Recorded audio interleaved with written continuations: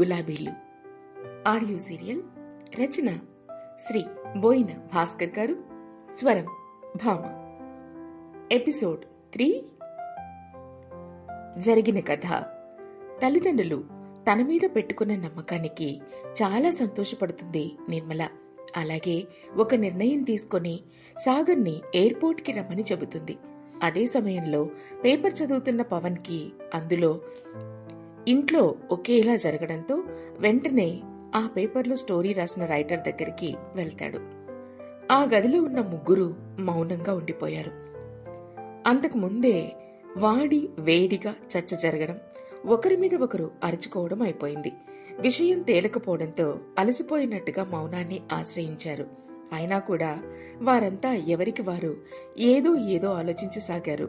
5 నిమిషాల తర్వాత రచయిత వాగ్దేవి కలగజేసుకుంటూ, రచయితగా నాకంటూ ఓ గుర్తింపు ఉంది. అసలు నేను ఈ కథను రాయడానికి దారి తీసిన సంఘటనలేమిటో ముందుగా అన్ని వివరంగా చెబుతాను. మొత్తం విన్నాక ఏం చెయ్యాలో మీరే నిర్ణయించండి అని చిన్నగా చెప్పింది.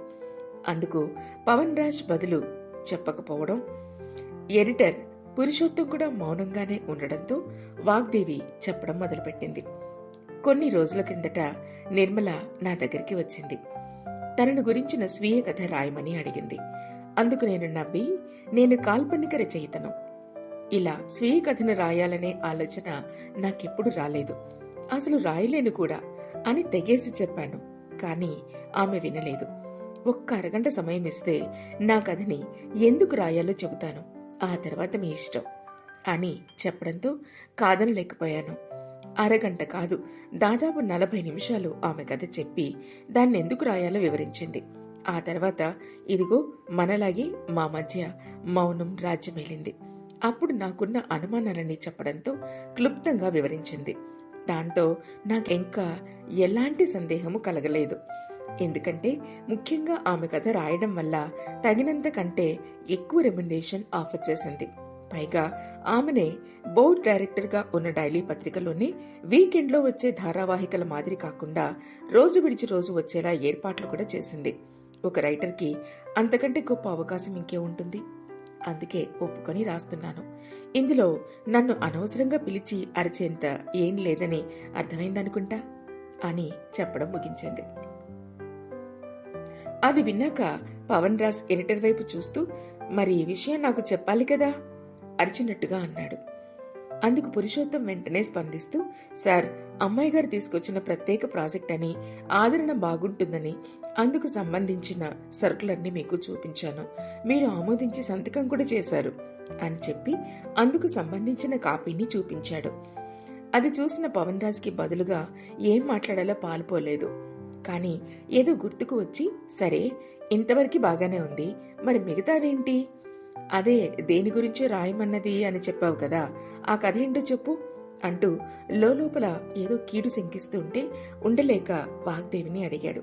అందుకామె నిర్మలతో తీసుకున్న ప్రామిస్ గుర్తుకొచ్చి తడబడుతూ, ఉదయం నుంచి నిర్మల ఫోన్ తీయడం లేదు, ఎల్లుండి ఎపిసోడ్కి ఏం రాయాలో తెలియక నేను కంగారు పడుతుంటే మిగతా కథ అంటారేంటి అని ఏదోలా బదులు చెప్పింది.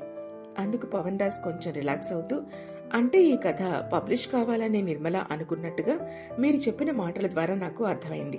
ఒక తండ్రిగా రిక్వెస్ట్ చేస్తున్నాను, అసలు నిర్మల కథ ఏమిటి అది చెప్పండి.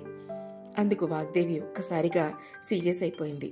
అదే జోష్తో, చూడండి, అది మీకు అనవసరం, ఇది మా ఇద్దరి మధ్య ఉన్న ఒప్పందం, చెప్పలేను, సారీ, కేవలం రాయడమే నా పని అని ముఖం మీద చెప్పేసి లేచి అక్కడి నుంచి వెళ్లిపోయింది. అలా వెళుతున్న ఆమెనే చూస్తూ ఉండిపోయారు అక్కడ ఉన్న వారందరూ కూడా. ఇంట్లోని వారందరికీ నిర్మలను గురించి వివరించాడు పవన్ రాజు.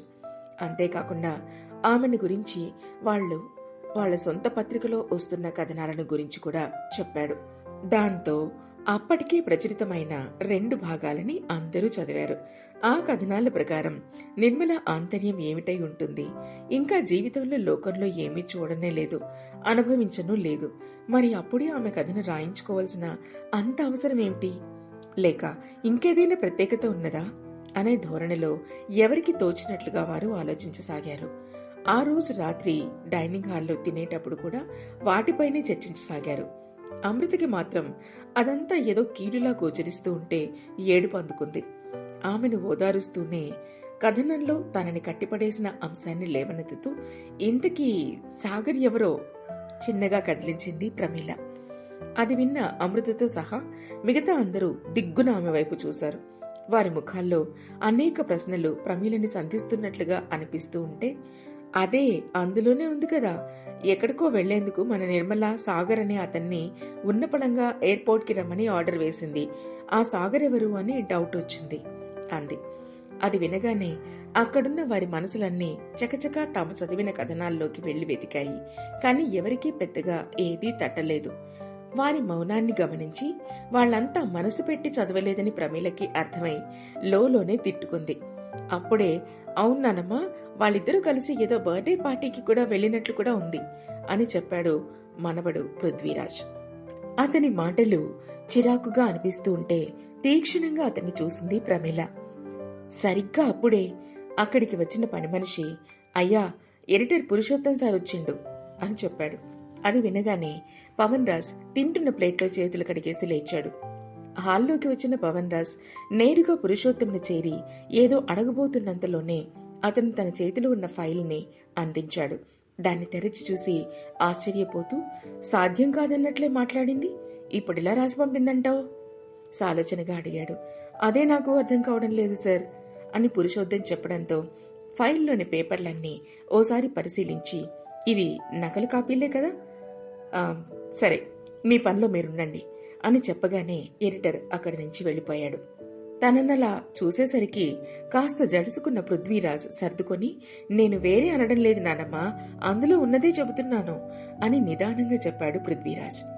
ఆ మాటలకి బదులుగా మనవడిని ఏమనాలో అర్థం కాక, అవునా ఒరే చచ్చ సన్యాసి, అందులోనే నీ చెల్లెలు నీ చేతగానితనాన్ని గురించి అసలు నువ్వంటే ఏమిటో కూడా చెప్పిందిరా, ముందు అది చదివి ఆ సాగర్ అనేవాడెవడో కనుక్కో అని విసురుగా చేయి కడిగేసి అక్కడి నుంచి విసవిస వెళ్లిపోయింది.